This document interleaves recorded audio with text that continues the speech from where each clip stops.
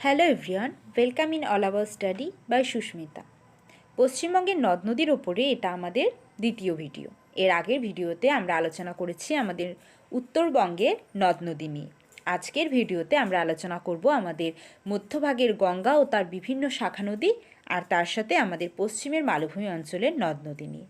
তাহলে চলো ভিডিওটি শুরু করা যাক।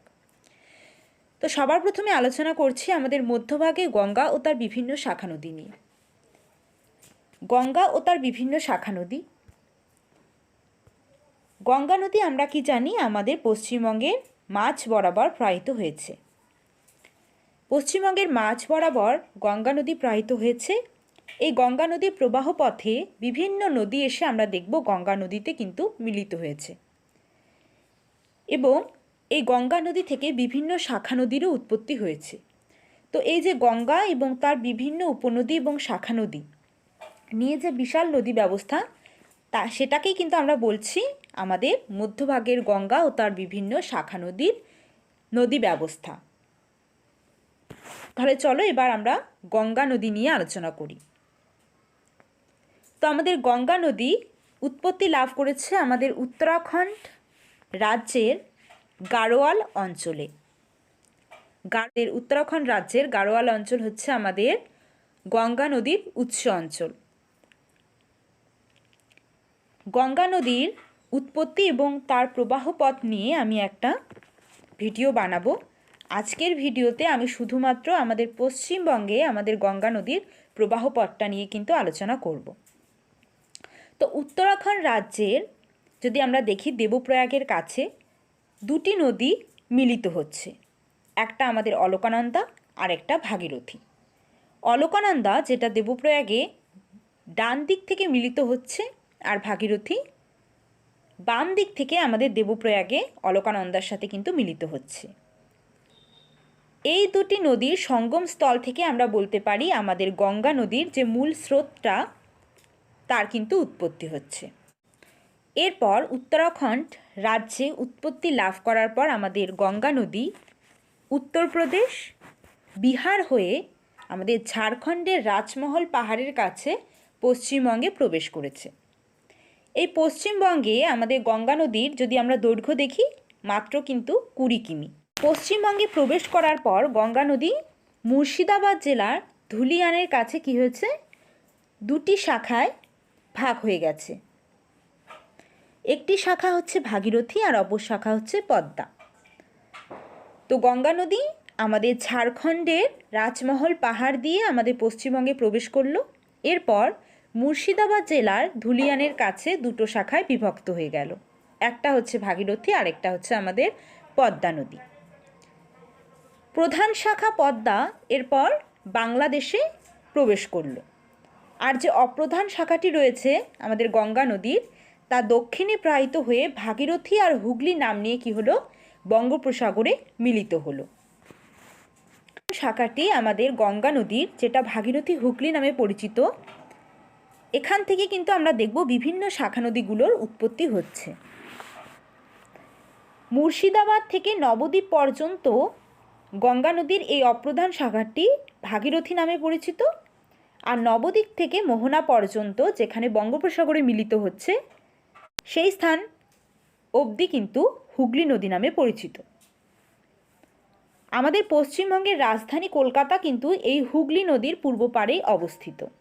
আমাদের গঙ্গা নদীর ওপর ফারাক্কা ব্যারেজ নামে একটি বাঁধ তৈরি করা হয়েছে। প্রবাহ বাড়িয়ে কলকাতা বন্দরকে বাঁচানোর জন্য কিন্তু এই ফারাক্কা ব্যারেজটা তৈরি করা হয়েছে।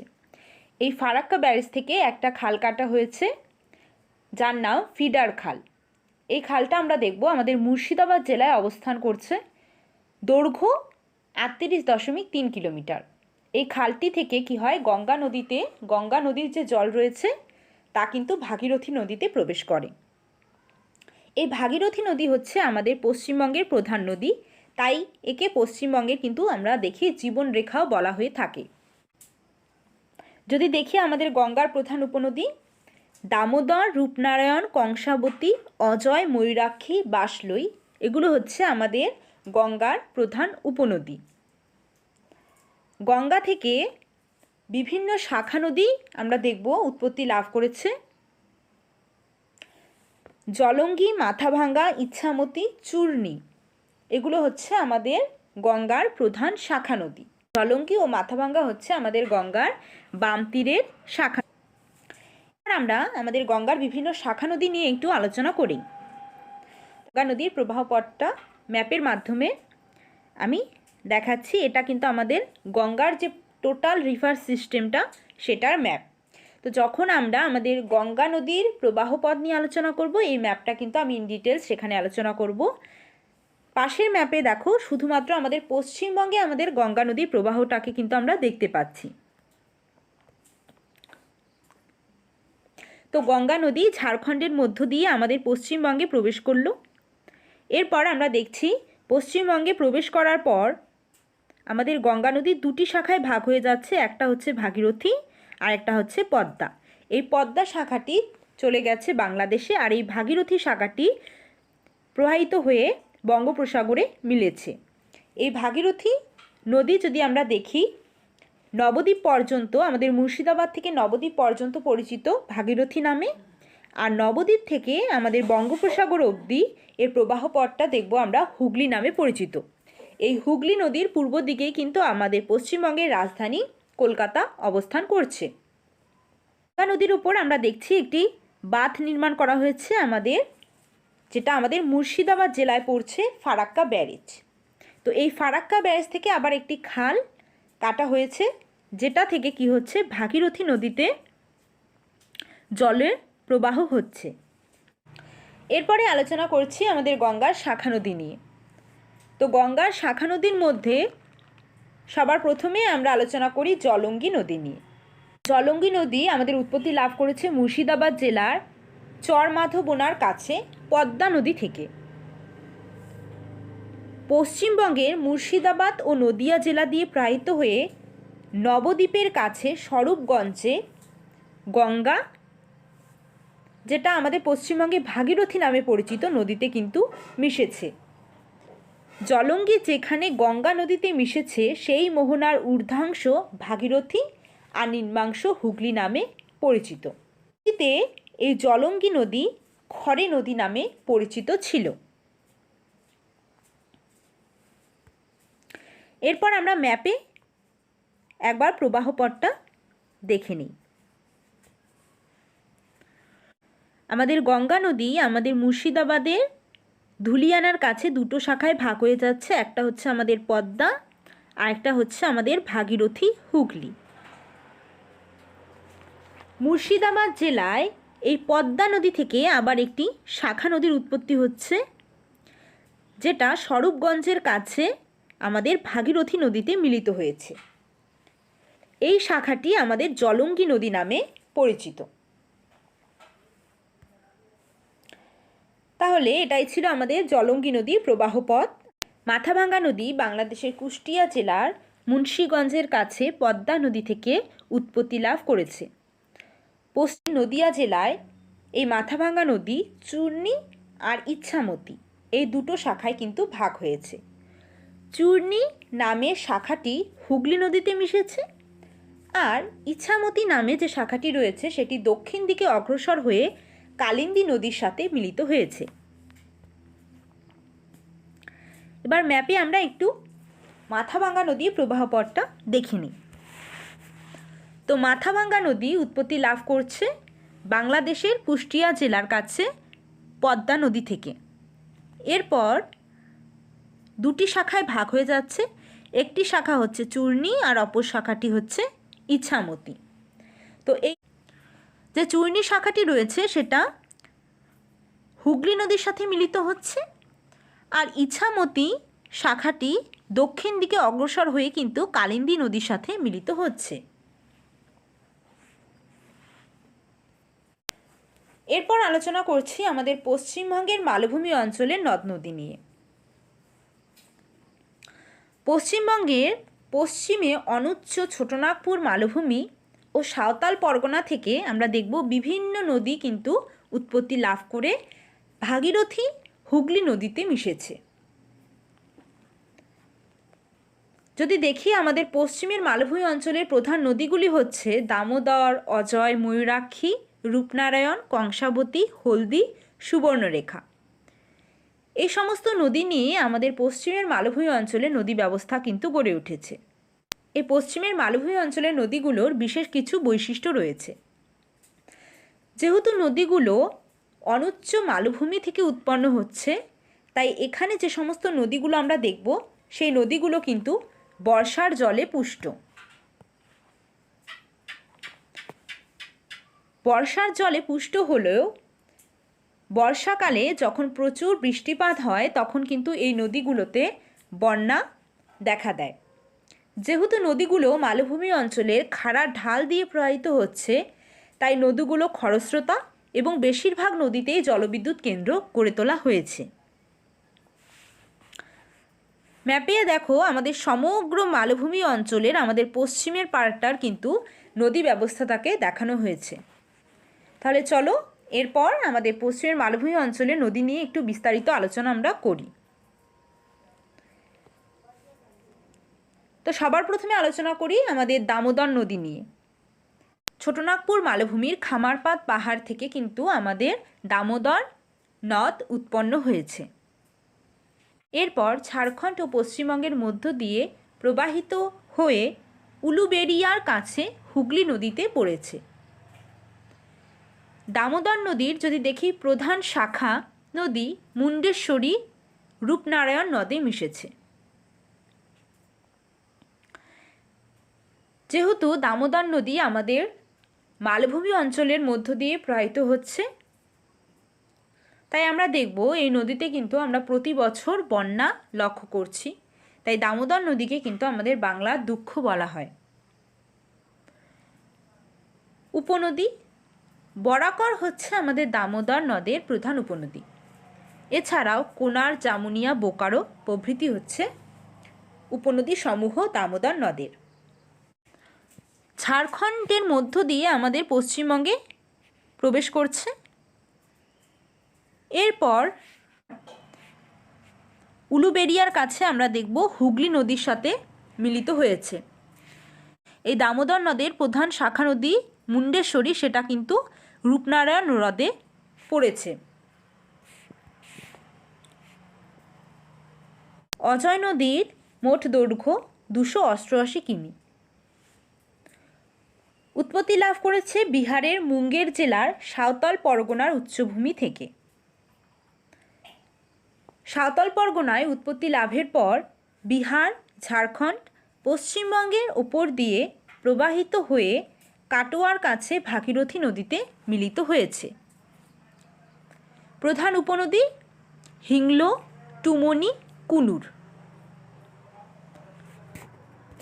যদি প্রবাহপথ দেখি, বিহার থেকে উৎপত্তি লাভ করে পশ্চিমবঙ্গে প্রবেশ করল। এরপর কাটোয়ার কাছে ভাগীরথী নদীতে কিন্তু মিলিত হচ্ছে।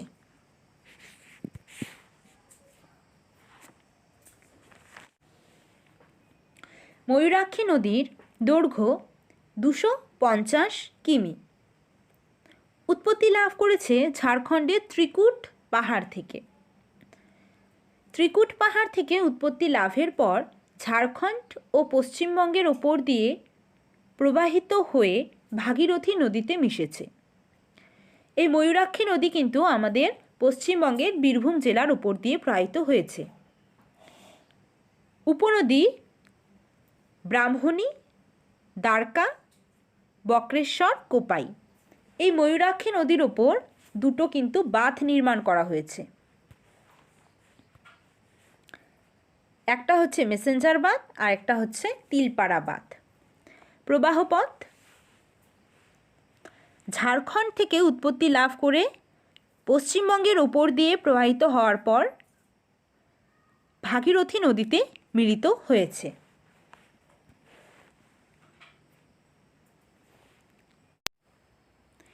এরপর আমরা দেখব রূপনারায়ণ নদী।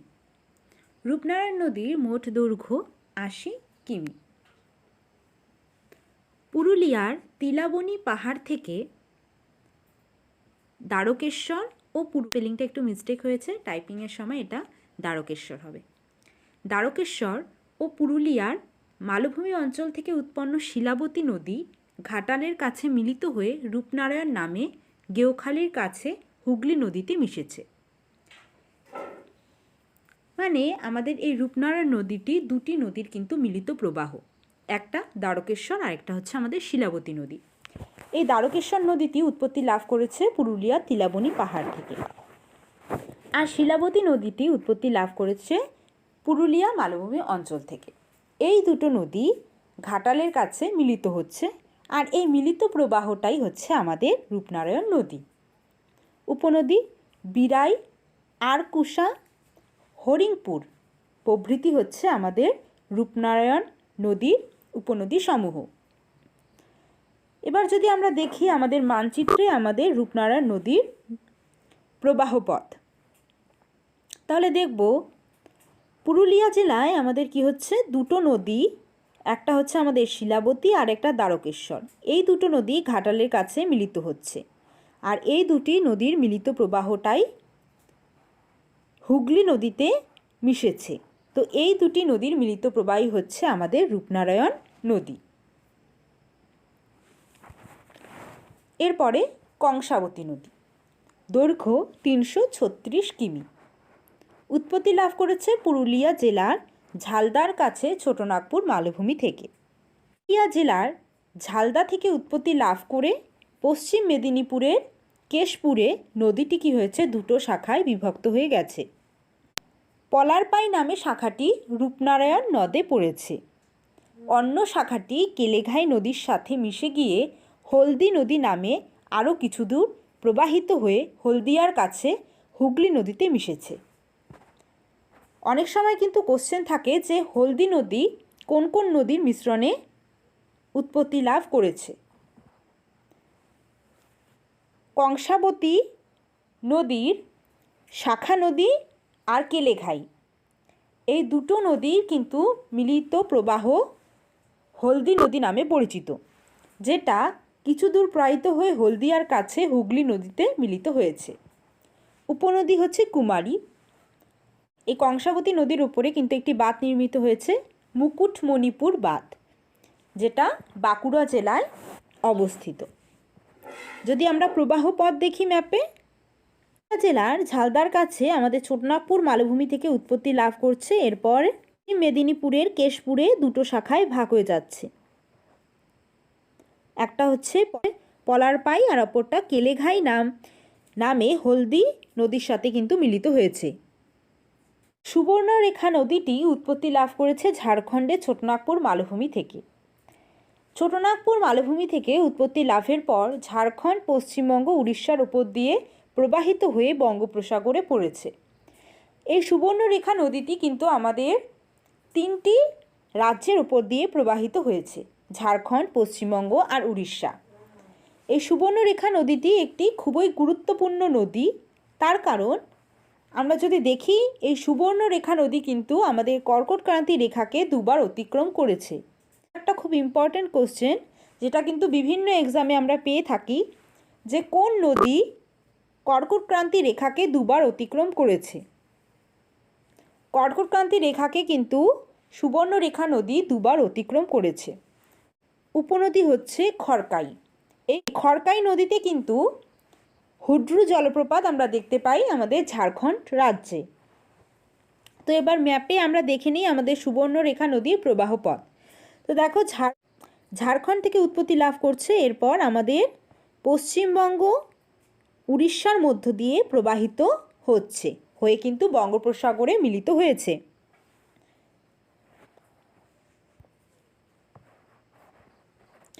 তো এই পর্যন্তই ছিল আমাদের পশ্চিমের মালভূমি অঞ্চলের নদ নদী সমূহ। তো আজকের ভিডিওটা এই পর্যন্তই রাখছি। আমার নেক্সট ভিডিওতে আমরা আলোচনা করব আমাদের সুন্দরবন অঞ্চলের নদ নদী নিয়ে। ভিডিওটি এতক্ষণ পর্যন্ত দেখার জন্য অসংখ্য ধন্যবাদ। যদি ভিডিওটি তোমাদের কাছে হেল্পফুল মনে হয়ে থাকে তাহলে অবশ্যই কিন্তু তোমরা চ্যানেলটিকে সাবস্ক্রাইব করো, ভিডিওটিকে একটি লাইক এবং শেয়ার করো। দেখা হবে নেক্সট ভিডিওতে।